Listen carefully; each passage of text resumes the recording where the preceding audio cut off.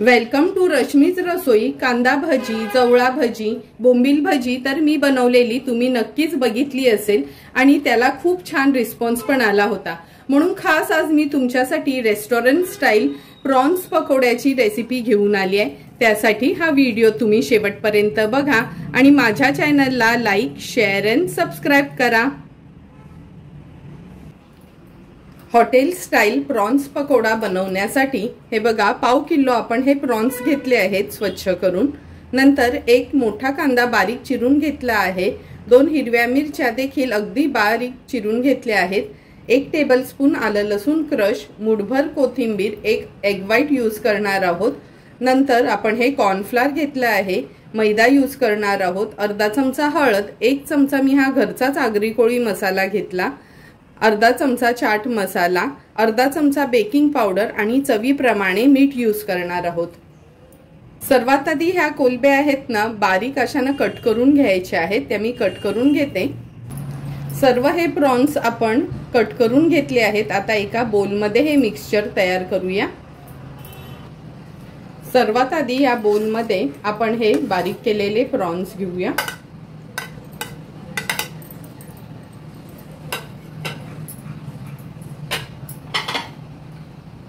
नंतर कांदा ऐड करते,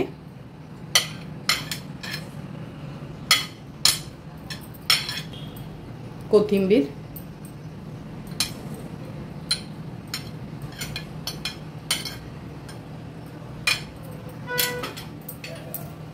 आलं लसूण क्रश आहे, पेस्ट नाही वापरायची नॉर्मली, ह्याच्यासाठी क्रशच वापरायचं किंवा अगदी बारीक चिरून घेतलं तरी चालेल। हिरवी मिरची, चवीप्रमाणे मीठ, हा आपला घरचाच आगरी कोळी मसाला यूज केलाय मी, कारण काय ह्याच्यामध्ये गरम मसाले असतात आणि हा मसाला तुमच्याकडे नसेल तर लाल मिरची पावडर अगदी पाव चमचा गरम मसाला तुम्ही वापरू शकता। हळद, चाट मसाला, लिंब वापरणार आहे, 2 चमचे एवढा लिंबाचा रस घ्यायचा आहे।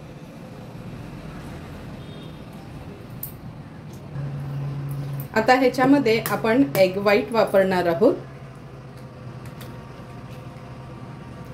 अगदी थोडंसंच असं कट करून घ्यायचं, म्हणजे फक्त एग व्हाईटच ह्याच्यात पडतं बरोबर।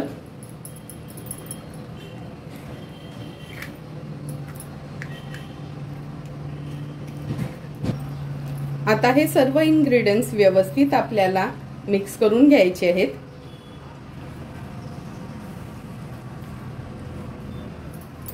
हे बघा सर्व इन्ग्रेडियंट्स व्यवस्थित आपण मिक्स करून घेतले आहेत। आता ह्याच्यामध्ये सुरुवातीला 2 चमचे आपण मैदा घालणार आहोत, नंतर 2 चमचे कॉर्नफ्लोअर, बेकिंग पावडर घेतली आहे अर्धा चमचा। आता व्यवस्थित हाताने आपल्याला मिक्स करून घ्यायचे। आपण नाही का कांद्याची भजी बनवताना कसं बॅटर तयार करतो तसंच हे बॅटर आपल्याला तयार करून घ्यायचे।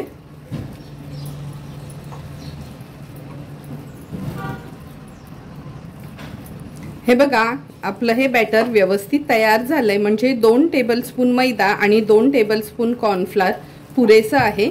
आता थोडा पाण्याचा हात घेऊन ही भजी आपण तेलामध्ये सोडणार आहोत।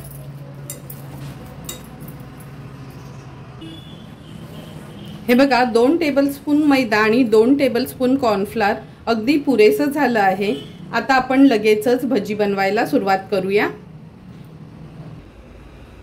गॅसवर आपण कढईत तेल गरम करत ठेवलं आहे। आता गॅसची फ्लेम भजी टाकताना मी थोडी स्लोवर करते आणि हे बघा पाण्याचा हात घेऊन आपल्याला ही भजी अशी सोडायची आहे।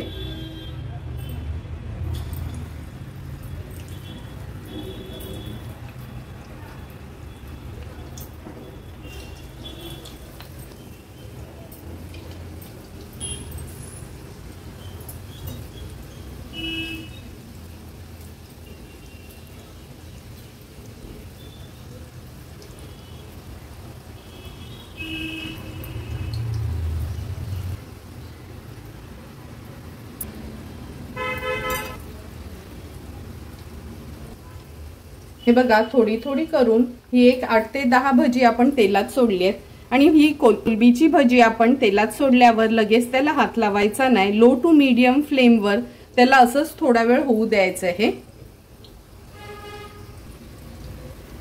4 ते 5 मिनिटं झाली आहेत आपण लो टू मीडियम फ्लेमवर ही भजी सोडली होती, थोडंही त्याला हात लावला नाही। आता गॅसची फ्लेम मी हायवर करते थोडी आणि हे बघा अगदी इझिली मोकळी होत आहेत ही भजी। आता ह्यांना पलटून घेऊया।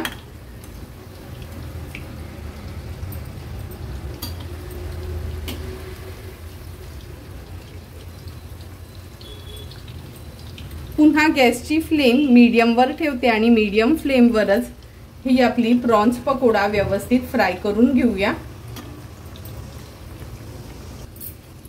आणखी 3 ते 4 मिनिटं झाली आहेत ही भजी आपण फ्राय करत ठेवलेली आणि लक्षात ठेवा मीडियम फ्लेमवर म्हणजे लो टू मीडियम फ्लेमवरच ही भजी फ्राय करायची आहे, म्हणजे आतपर्यंत व्यवस्थित ही शिजली जातात।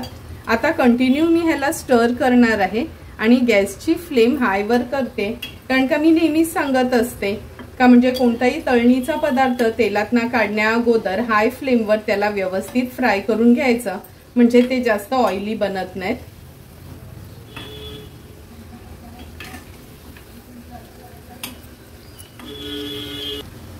1 ते 2 मिनिटांसाठी हाय फ्लेमवर ह्याला आपण व्यवस्थित फ्राय करून घेतलं।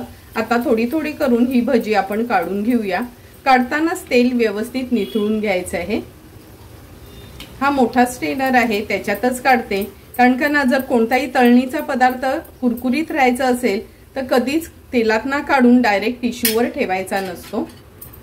हे बघा पूर्णपणे हे तेल आपण निथळून घेतलं आहे। आता ही भजी बाजूला ठेवूया आणि उरलेली भजी अशाच पद्धतीने तयार करून घेणार आहोत।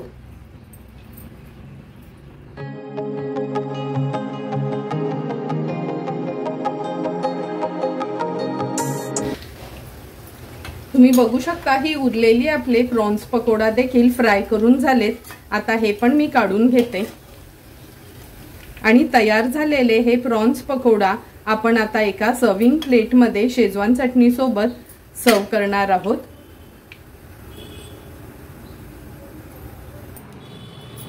सुंदर अशी तयार झालेली गरमागरम आपले प्रॉन्स पकोडा आपण ह्या सर्विंग प्लेट मध्ये सर्व करून घेतोय।